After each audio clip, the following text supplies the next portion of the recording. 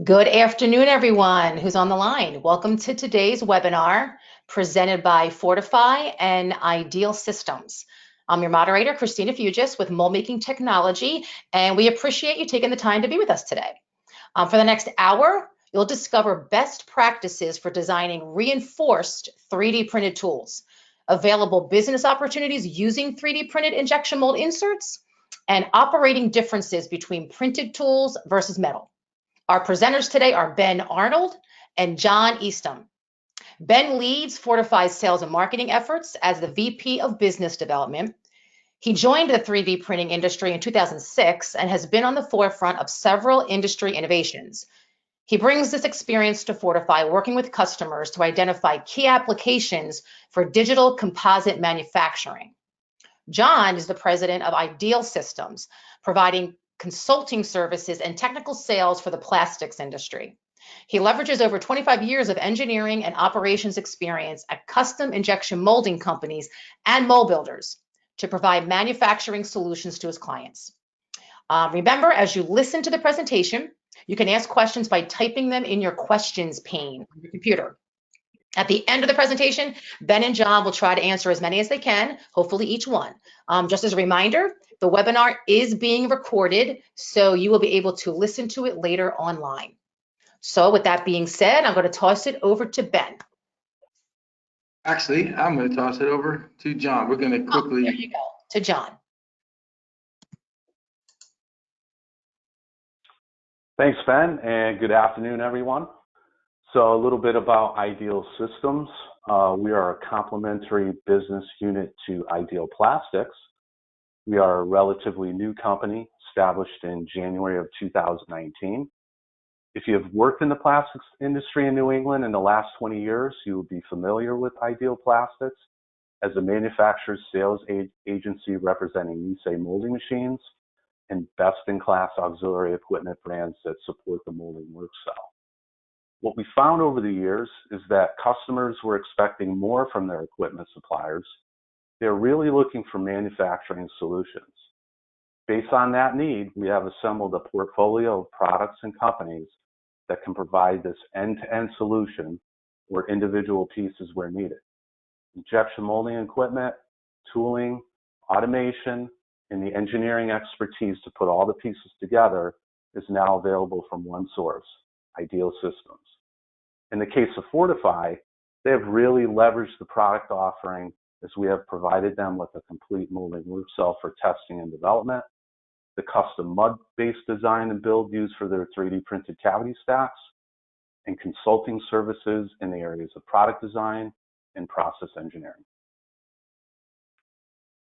I'll take it from there. Thanks, John. And for sure, John and the team at Ideal Systems have been really helpful as Fortify has sort of gotten a foothold and serving customers in the injection mold space. A quick couple words about Fortify and our business. We are a technology platform. We are in the hardware, software, and materials business, ultimately selling 3D printers into the field. And this injection mold tooling application is a key foothold industry for us as we launch into the market.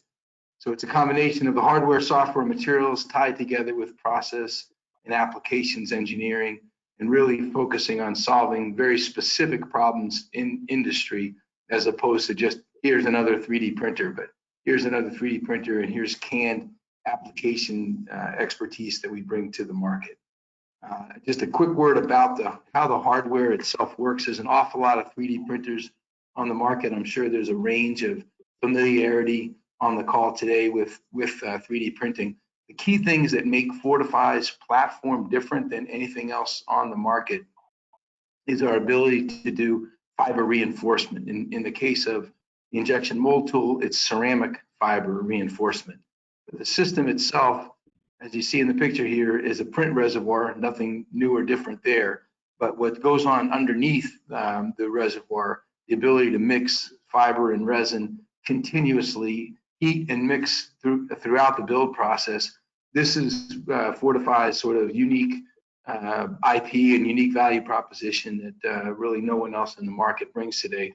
We'll talk more about how that impacts the injection mold tool business, but basically introducing fibers, recirculating and heating to keep the optimum print conditions, and then actually aligning fibers through magnetics during the print process is what enables our unique properties that serve this mold tool application well.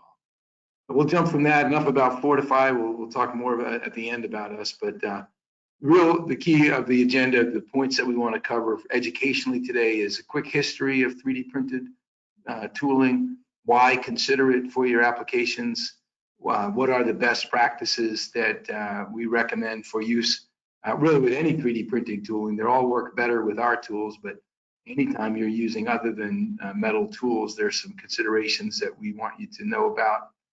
Some of the results and case study data we've identified in the market, where we see the best use scenarios, what are the business opportunities, because at the end of the day, the technology here is here to serve in a business case, and what next steps are available if this looks like a fit for your operation. Maybe John, you could talk a little bit about the history of molding, or am I supposed to do that? Yeah, that's yours, Ben. Okay, so I've been around 3D printing business for about 15 years now, and even before I started, people have tried, there's been attempts of 3D printing mold tools. It's just a very obvious sort of a fit when people want to have parts in native materials, not 3D printed materials, but want to get a short run done. So the window of success has been getting bigger every year, every 5 years. I'm not sure every week it gets better, but the number of cycles, the quality and repeatability of the parts coming off the presses are getting easier to control. On the flip side, the mold materials are becoming more aggressive with high fill and things like that.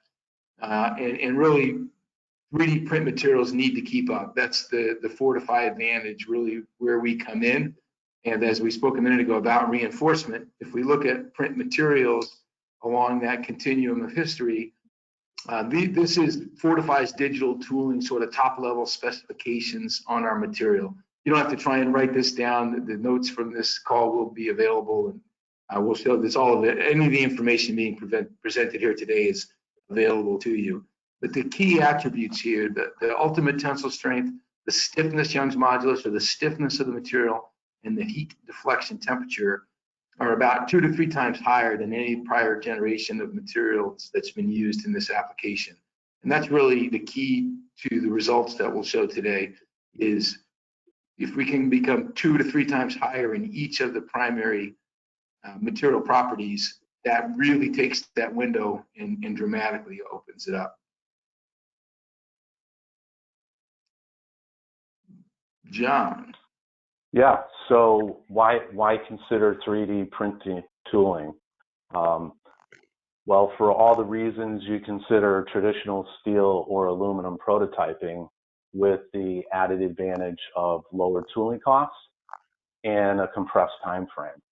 So as you can see, insert costs are $200 to $300 with this option, and iterations can be completed in days versus weeks. So there's no welding or remachining required for changes. Update your 3D part model and print a new stack.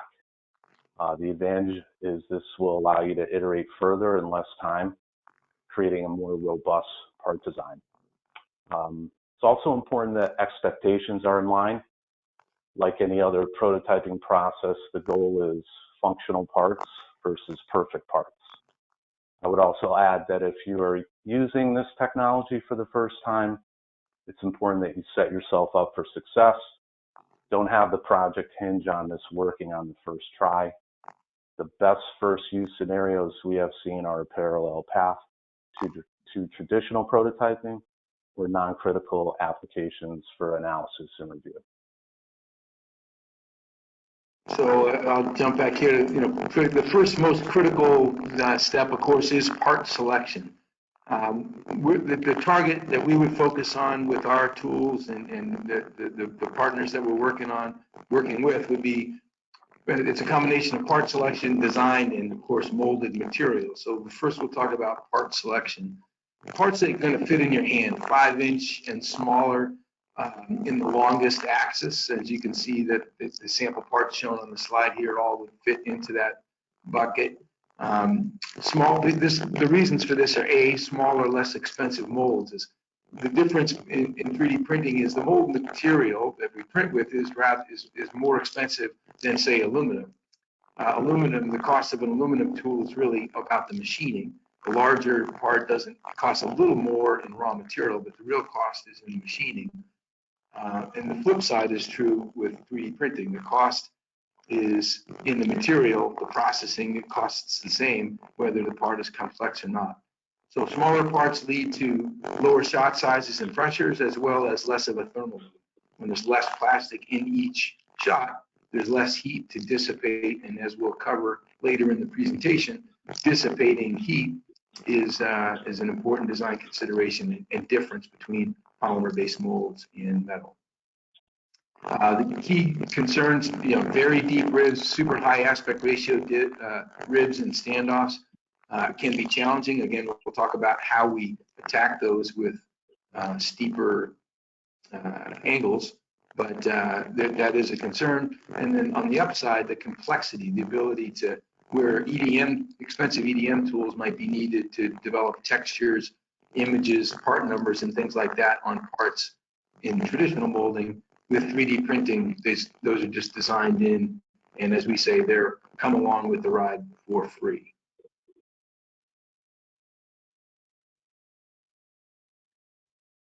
In terms of from a tolerance standpoint, we're generally looking again on parts in the 5-inch and below range.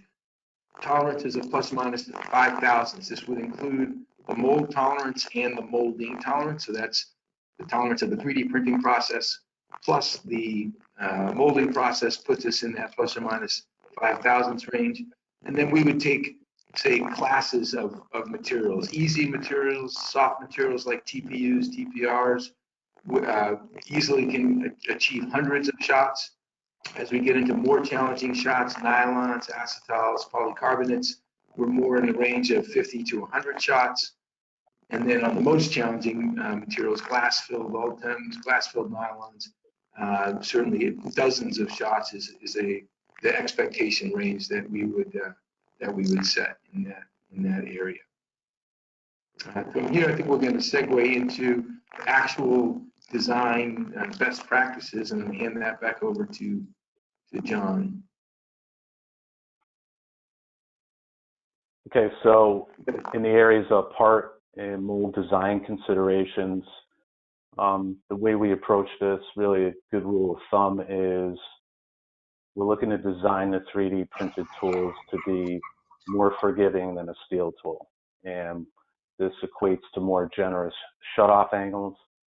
So we're gonna go from a 5 degrees to a 10 degrees. For a printed stack, we're looking for greater amounts of draft, where 2 degrees or even less would work in a steel tool. We're going to want to be around 3 degrees for a 3D printed tool. We're also going to want additional ejector pins around small, delicate features, and additional venting so we can reduce the amount of injection pressure required to fill the parts.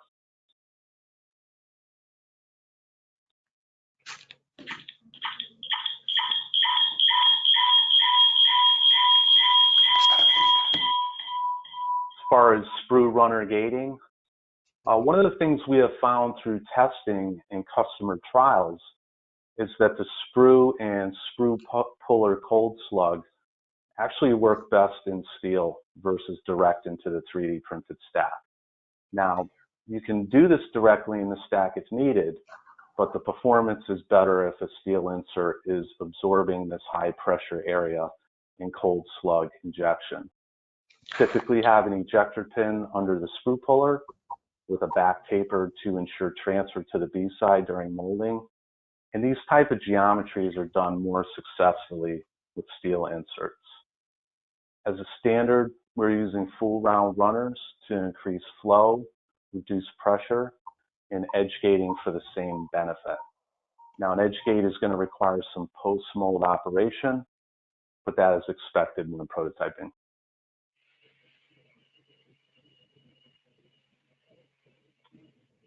venting.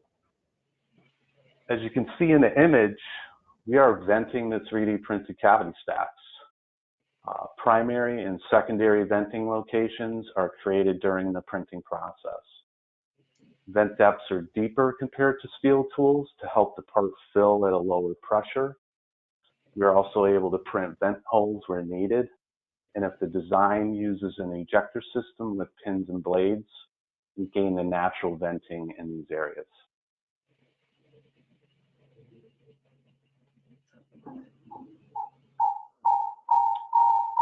Okay, mud frame design. Here's some pictures of the mud that we designed and built for Fortify. We used an 08/10 T-style for the maximum surface area in this size insert.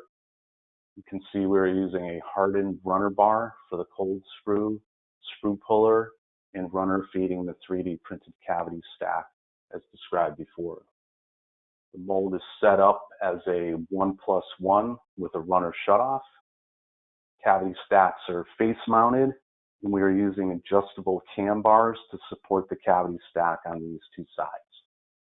Now you can use a pre-pocketed mold base for the cavity stacks, but the stacks will need the outside dimensions sized before installation in that case. We designed the mud with these adjustable cam bars to eliminate that post-printing step for this design.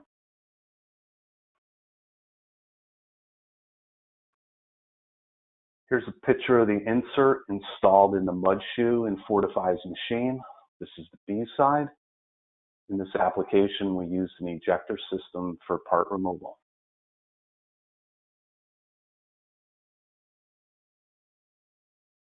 Ejection.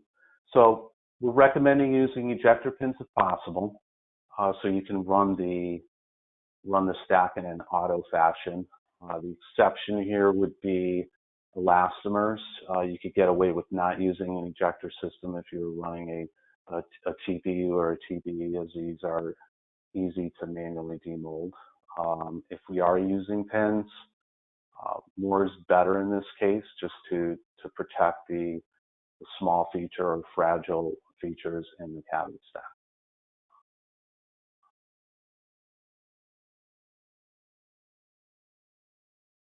Ramp up in operation. So I want to spend some quality time on this slide, as this is very important to the success of a project. Preserving the block integrity during process development is the goal. So we will start with a low clamp pressure, typically 3 to 5 tons. This can be increased incrementally later on in the process development as you pack the part out further. I can't stress enough that the process development approach is key with this technology. If you follow the same steps as a steel mold, there's a good chance your mold test will fail. You cannot overpack or overpressurize a 3D printed cavity. With a steel mold, if you didn't enter a good shot size or transfer position, you can usually recover. So we're taking flash or removing a stuck part out of the cavity. There are typically no second chances here as the stack can be damaged. Heating up brass screws to remove stuck parts is just not feasible with this material. So my suggestion is perform the upfront work calculating shot sizes, set your process up to provide a low material viscosity and low injection speed that will require the lowest pressure. I will typically intentionally pressure limit the process at 3,000 psi at startup as a safety measure. Again, low and slow should be the goal at startup.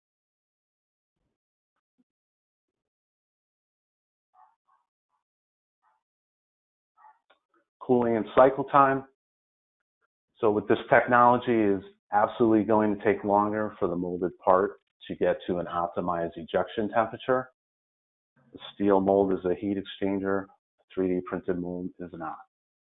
Cycle times are typically in the 60 to 100 second range. To help with cooling down the stack, we will incorporate a mold close delay in the cycle and blow compressed air on the parting line, both A and B sides. You can see a picture of that in the setup here.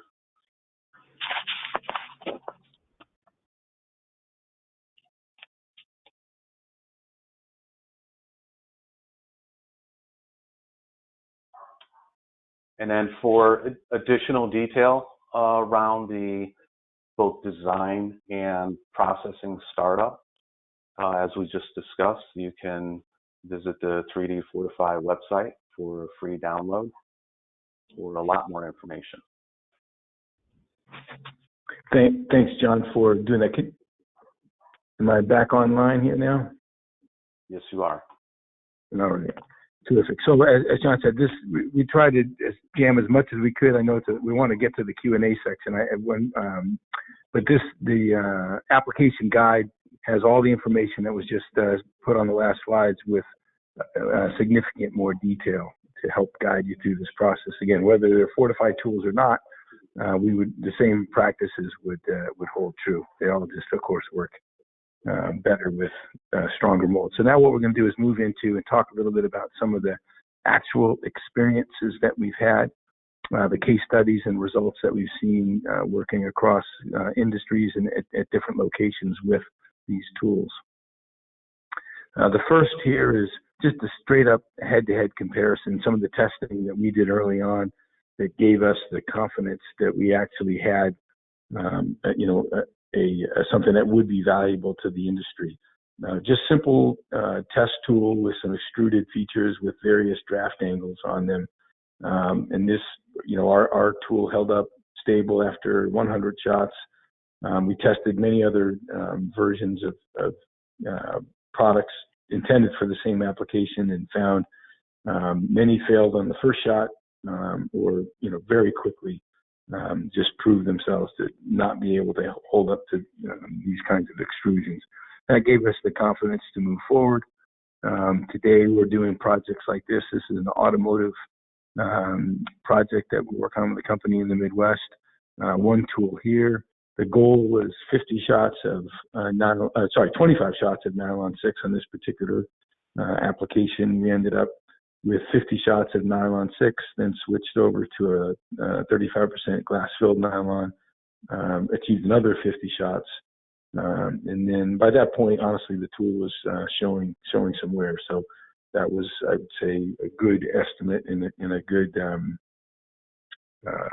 expectation setter for what we can get on parts of that nature.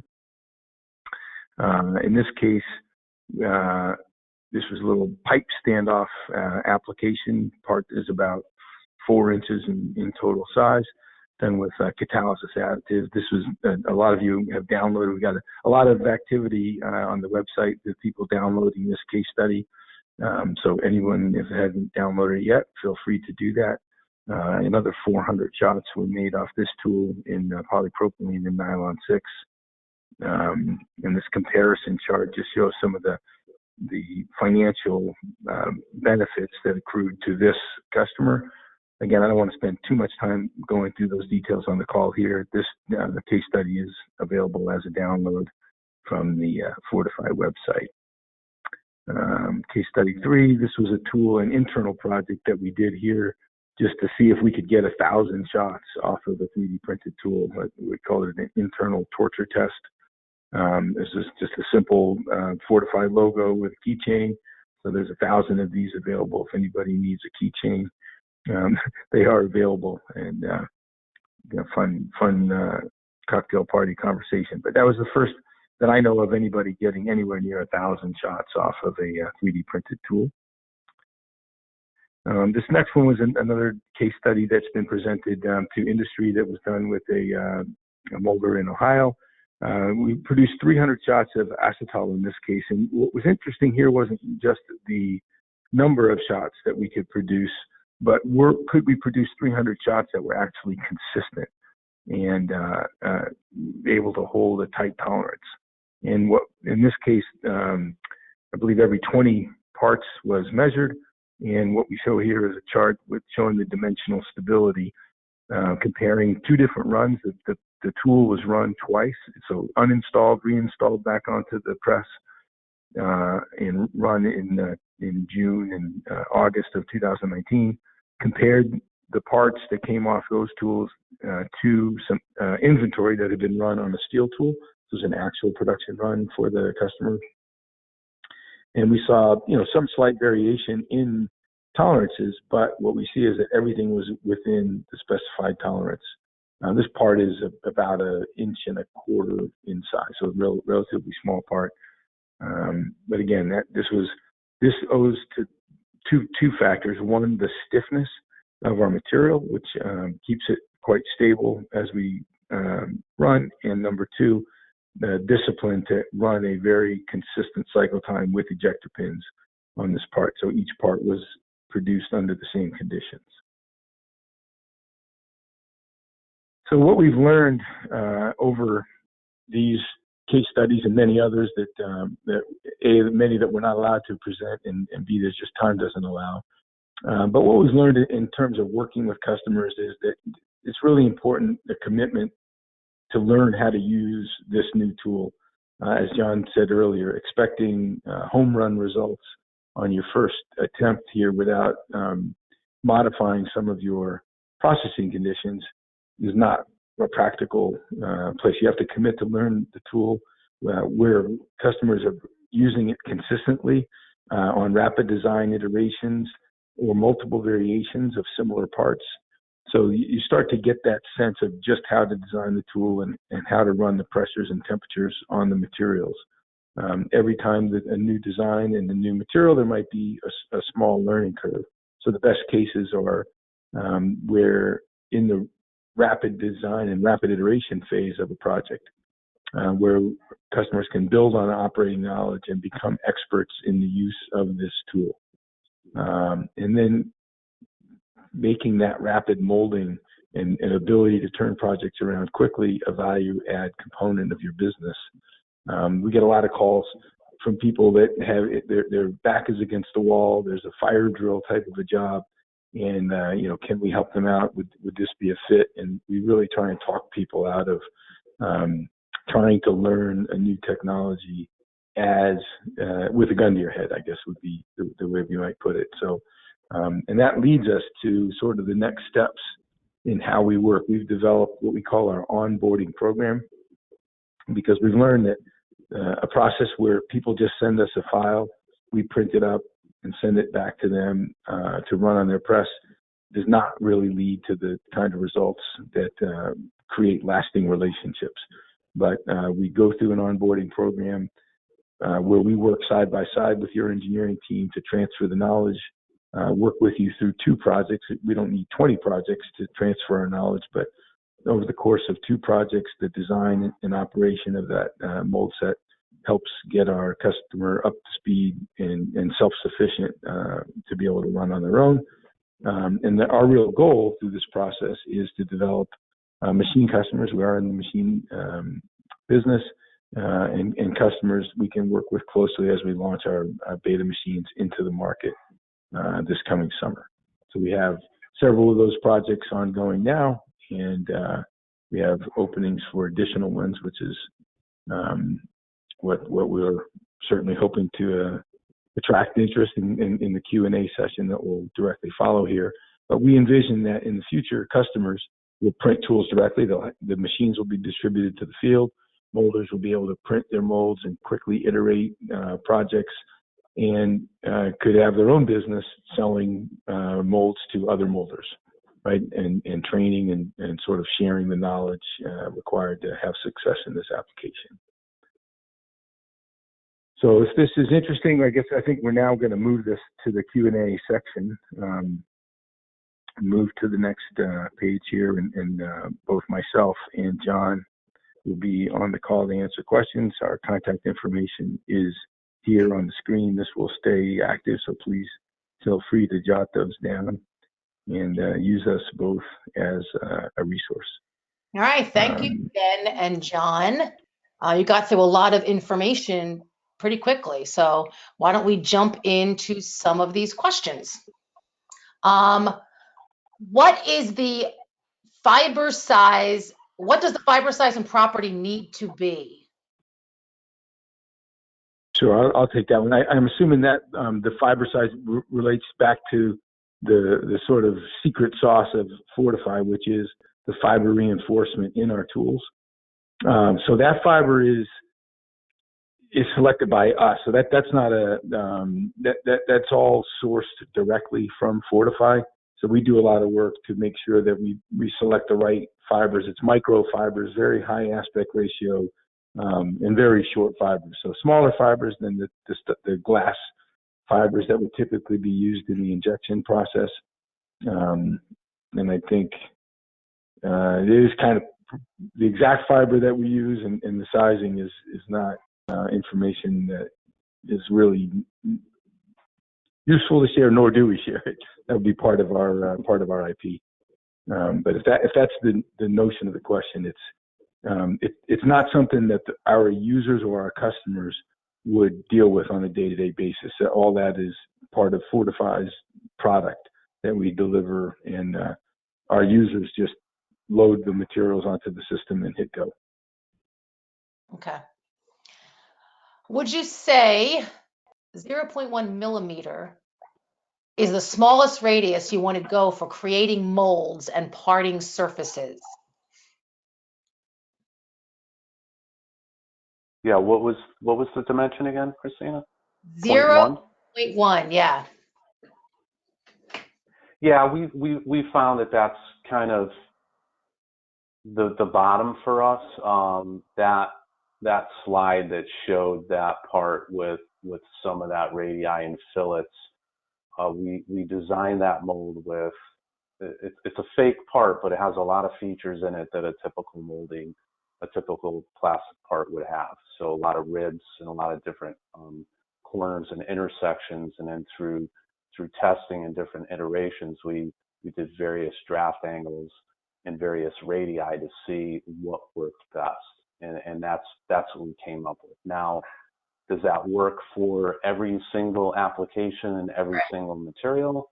I think there's probably some opportunity to be less than that. We would just have to review it and test it out to see how it reacts. Yeah. If I could just add on something there.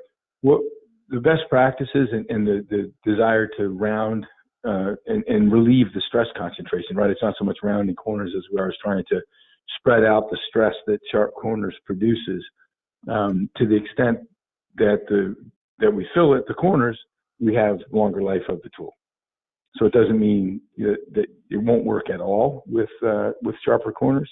It just means that to prolong the life of the tool and get more shots, we would follow those best practices. And that can be the difference between 5 shots and 50 shots, not so much the difference between 5 and 7. Yeah. Okay. What is the limiting factor about product size that should not exceed 5 inches? I'll take that one. So the one is the size of the printer itself. So we can go a bit bigger than 5, but once you hit about 6.5 inches, now we're actually at the limits of what the printer can do. But the more practical matters for molders would be the cost of molds. As the molds get bigger, some of the cost benefits go away. Bigger parts have more volume to them typically, so there's more heat to dissipate, and the pressures required to fill larger cavities start to push the limits. So again, anytime you push the limits on this, you are in a situation where you lower expectations for a number of shots. So it's not like they're hard, fast rules. Eventually, when you hit the size of the machine, that's a hard, fast rule for us. But up until that point, it's really just a matter of expectation. So a larger part in a relatively easy and low temperature material like polypropylene would be easier than a glass filled nylon. So and this is where we help customers like get past the general presentation that we do today and engage with customers on specific projects. We can look at your designs and we can, make some very pointed recommendations on a case-by-case basis about how we can help make that design more successful, or just certain designs and materials that are just not a fit for the process. So if the mold design's collaborative, like it's not, the customer's not completing the mold design Fortify is, or how does that work? We work with our customers on the mold design. So we're not looking to be lifetime partners, well, lifetime suppliers to our customers, but we can transfer the knowledge over to our customers over the course of a couple projects. And again, if a customer comes in, now they have a completely different type of a product that they're looking at.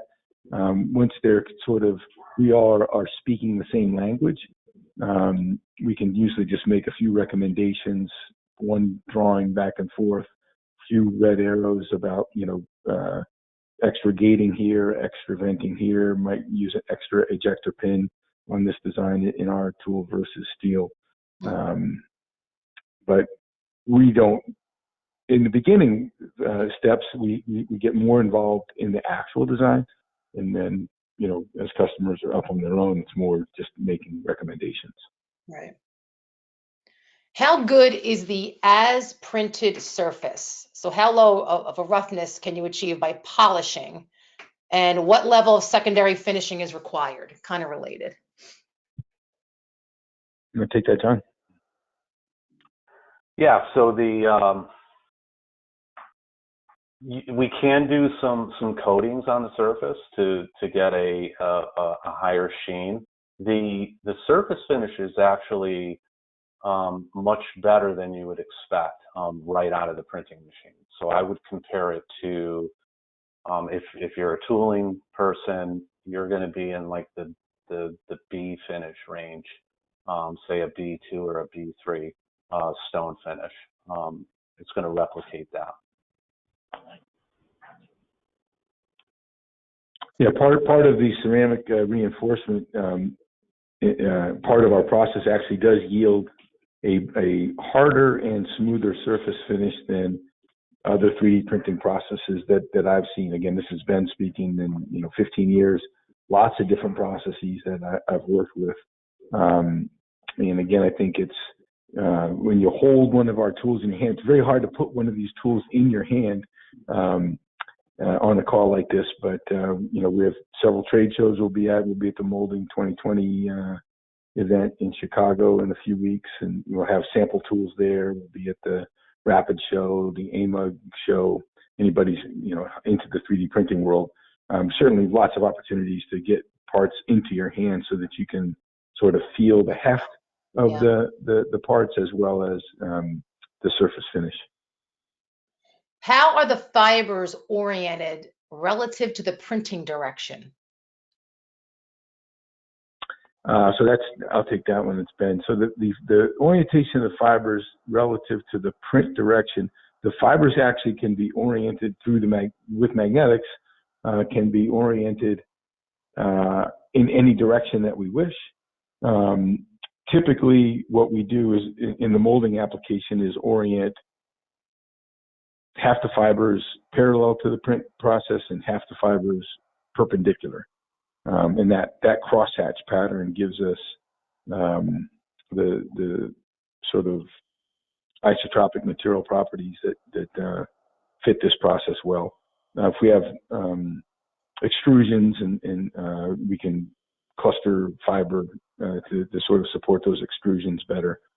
But in general, we've certainly having all the fiber going one direction is not the best scenario because the different types of loading that the molds see.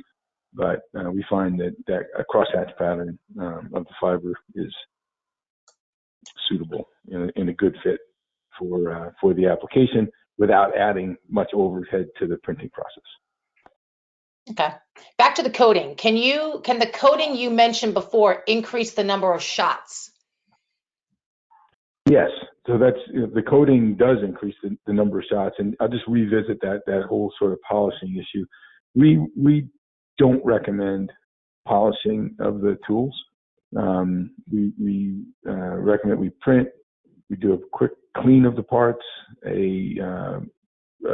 apply a quick coating to them, a quick thermal bake for 2 hours, and the tools are ready to go. But we can't keep you from polishing tools, but we really haven't seen a tremendous amount of benefit from that. Can you machine these printed cores and cavities? They can be machined. We have a part of the applications guide is a machining guide. The ceramic fill definitely changes the machining characteristics of the material. And that part of the reason, for instance, why we recommend face mounting rather than rear mounting the cavities is to avoid having to tap holes. You can tap holes in the material, but the ceramic definitely it makes it tougher on the tool. So carbide cutting tools in low speeds and feeds would be the recommendations for machining.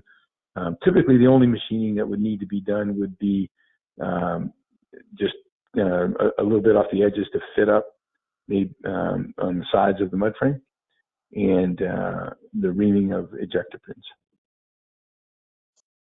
You mentioned, someone is asking about the release of the beta machine. That was in what, late summer 2020, this year? Yeah, beginning of summer, actually. Yep, June. Oh, so before mirror mold. That's good. That's right. Okay. Right around the mirror mold. Yeah. What level of packing pressure, packing level compared to hard tool molding process, production molding, I guess, can be achieved? The key ring looked underpacked with a lot of sink marks.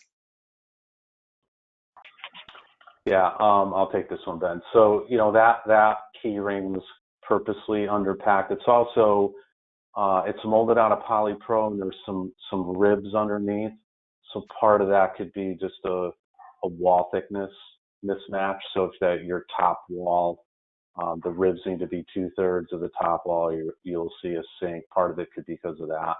On the testing we've done, we've brought the pack pressures up to 7,000 or 8,000 psi, and been able to pack parts out at that level without damaging the cavity stack. But so if you remember some of my slides, I'm suggesting starting off really low. It doesn't mean that you can't go, above 3,000 psi, but you definitely want to start low and kind of creep up on it, and keep a close eye on it.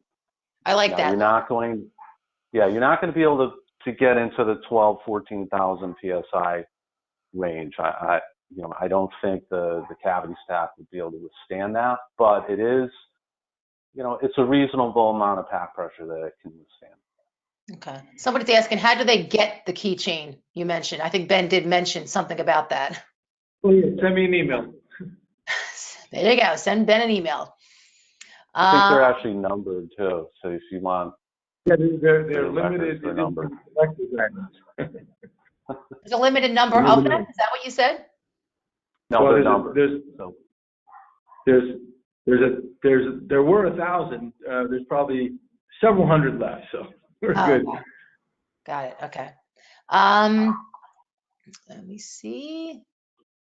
Can you use ejector sleeves with steel core pins within these printed tools? So that one we haven't tried yet. We have done some hybrid stacks where there's some metal inserts in the stack. So especially if it's a round insert, which is an insert that could be created very quickly. The whole goal of this is to be able to create a cavity stack very quickly. So we don't want to be creating inserts that require EDM or high-speed machining that would take days and days. But round That's the inserts opposite and of what things we like want, that. right? Yeah, it's the opposite. So, but round stuff can usually be done fairly quickly, whether you're lathing stuff or grinding. So we have done some of that where there's a hybrid approach, but we have not tried a sleeve. Okay. Can this? We've also done we've also done some work with 3D printed hand load inserts, right? Just with more complex parts. And those have worked out well. Point. Yeah, that's a good point, Ben. So some of the ones we've showed, these are solid blocks, but we've actually 3D printed a sub insert that would go into the stack. So you have a 3D printed sub insert within a 3D printed cavity stack. And that could help with removal of the parts in some cases, but it allows you to get some venting into areas that you may have an air trap. Can these printed molds be used on a traditional press injection molding machine? Respecting, So, they say respecting the instructions that you mentioned. right. So Fortify purchased a 30-ton all-electric molding machine. So it's a standard molding machine, standard reciprocating screw molding machine. They're stacks that have run at customer locations. They're all standard injection molding machines. So from the machinery end, there's no custom equipment required. Standard molding process. Just a mud frame. Yeah. What Mud about, frame or go ahead. no, I was just going to say it could be a mud frame. It could be an independent mold base that is pre-pocketed and set up for these types of things. Okay. Can this be used for medical parts for clinical test parts? Is it FDA approved? That's a good question. We have not. We've done a lot of work on medical parts, like early trials for early functional testing, early stage functional testing of parts. I don't think anyone has taken them, and no one's asked the question. So if the question hasn't been asked, the answer probably is no. But we'd be happy to sort of explore that a bit, but it's not. We certainly can't confidently answer yes to that one. Okay. Are your materials functional in any other digital light processing machines other than Fortify's? So that's a great question. And the answer is not really. And the reason being, the whole secret to our enhanced material properties is that we include the fiber. And so the fiber would not stay in solution, nor would you be able to orient it on any other type system. So,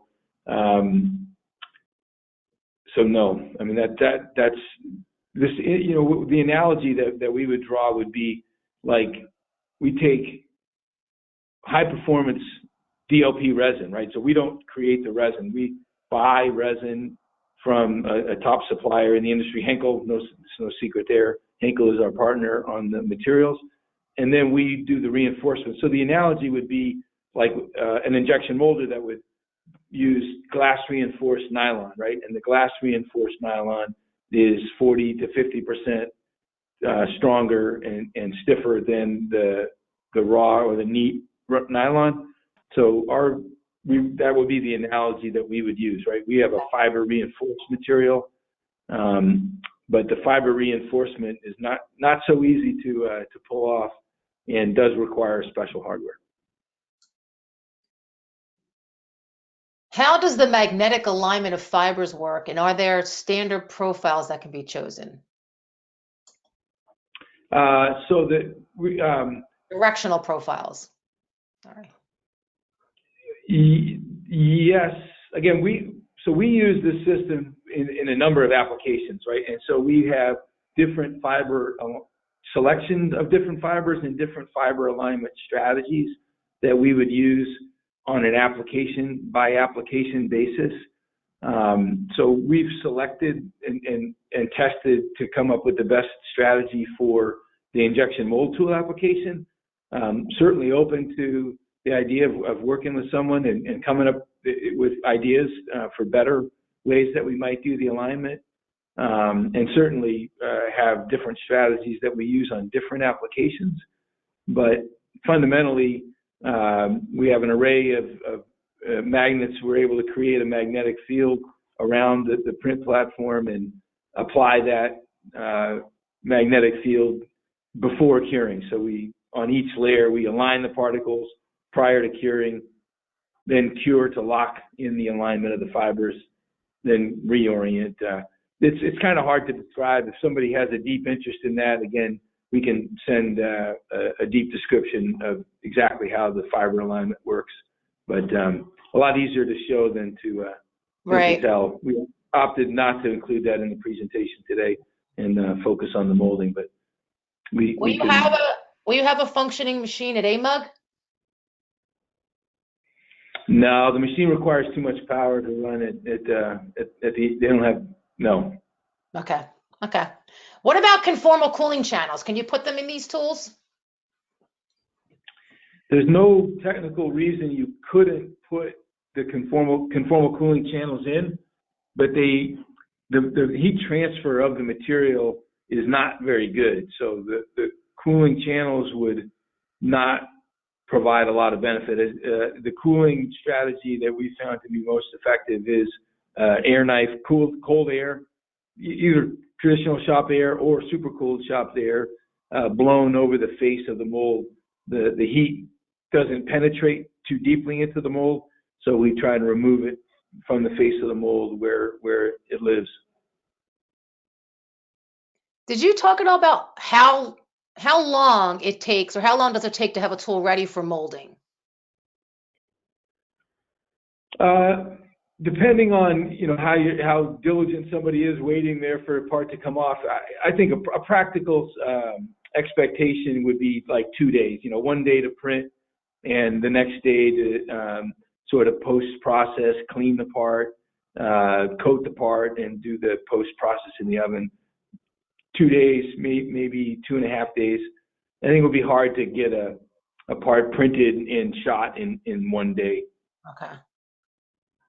What is the smallest core size?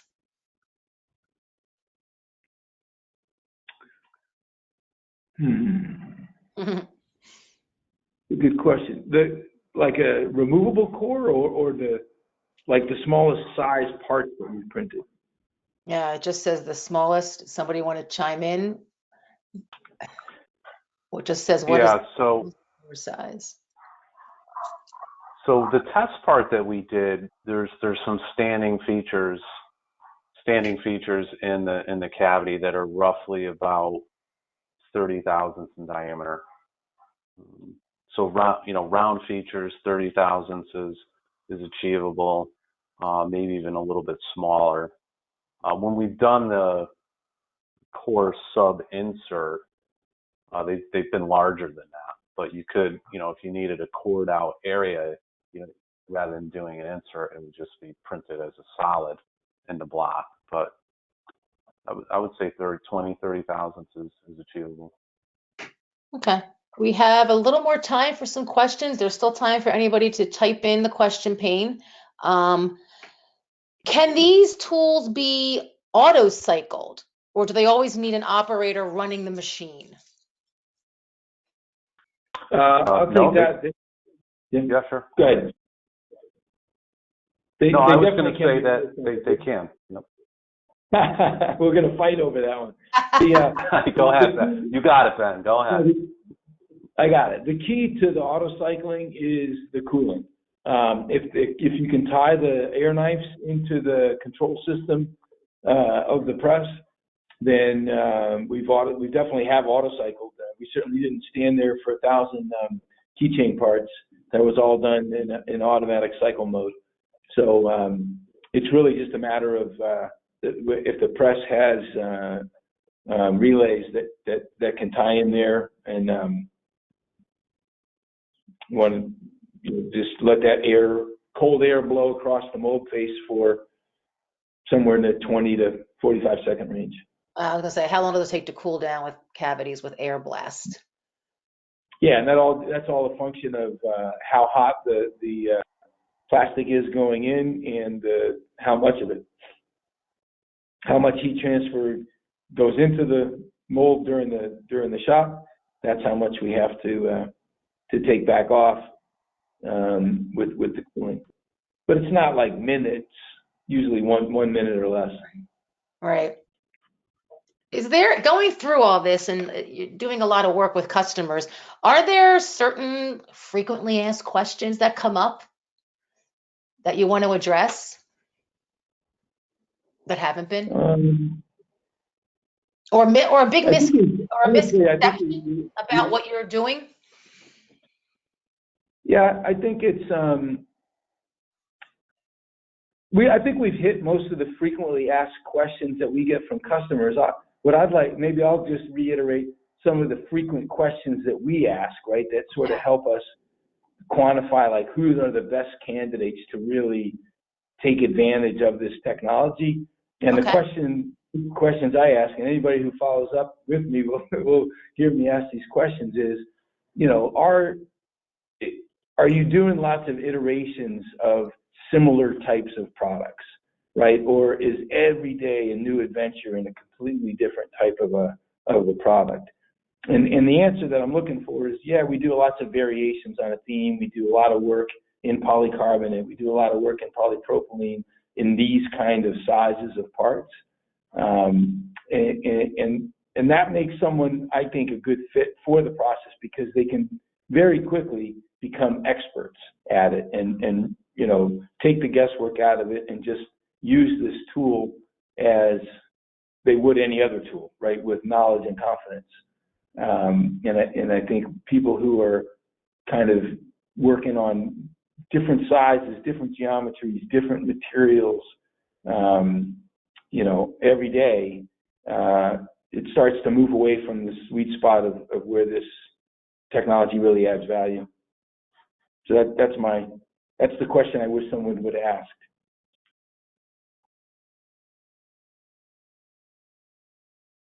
Does that make sense?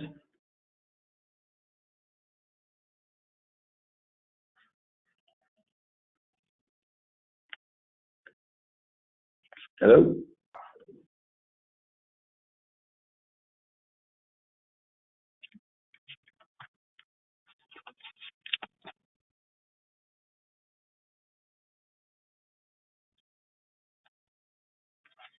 Are we still on? I think we have time for one more question.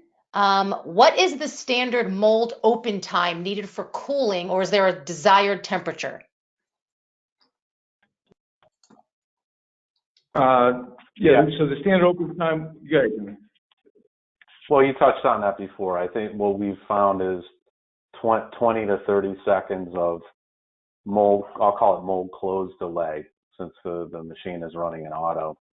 So we're opening, we're ejecting the part, and then we're just going to sit there for 20 seconds and let the air blast blow the air on both the A and B side parting line.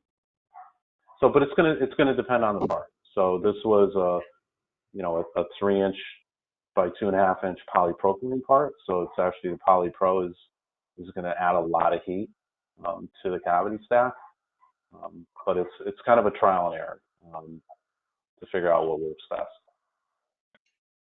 All right. Well, yeah, Ben, we would recommend that our users, you buy an IR gun to measure temperature. Most shops would have them anyway, but if not, you can get one on Amazon for $75, and now you can, you know, measure the temperature. So basically, you don't want to just use guesswork. You want to actually measure the temperature of the mold face and just monitor the time required to get it back down to that consistent temperature. Just a little process work. okay. All right. Do you guys want to add anything else before we wrap up? I think we've covered all the questions that come in so far. No, just to thank everyone for their time and attention today, and we're here to answer your further questions, and hopefully some people saw something valuable here today. Our hope is that we can get some new business relationships here and help people solve some problems. Yeah, well, I want to thank Ben and John for that presentation, and I want to remind everybody listening, in case you missed any of it or you want to go back, it was recorded, so it'll be up on our website at moldmakingtechnology.com. I want to thank the organizers also for helping this run pretty smoothly, and most importantly, I want to thank everybody for listening in because I know your time is valuable. This concludes our webinar. Again, I'm Christina Fugis with Mold Making Technology. Have a wonderful rest of the day.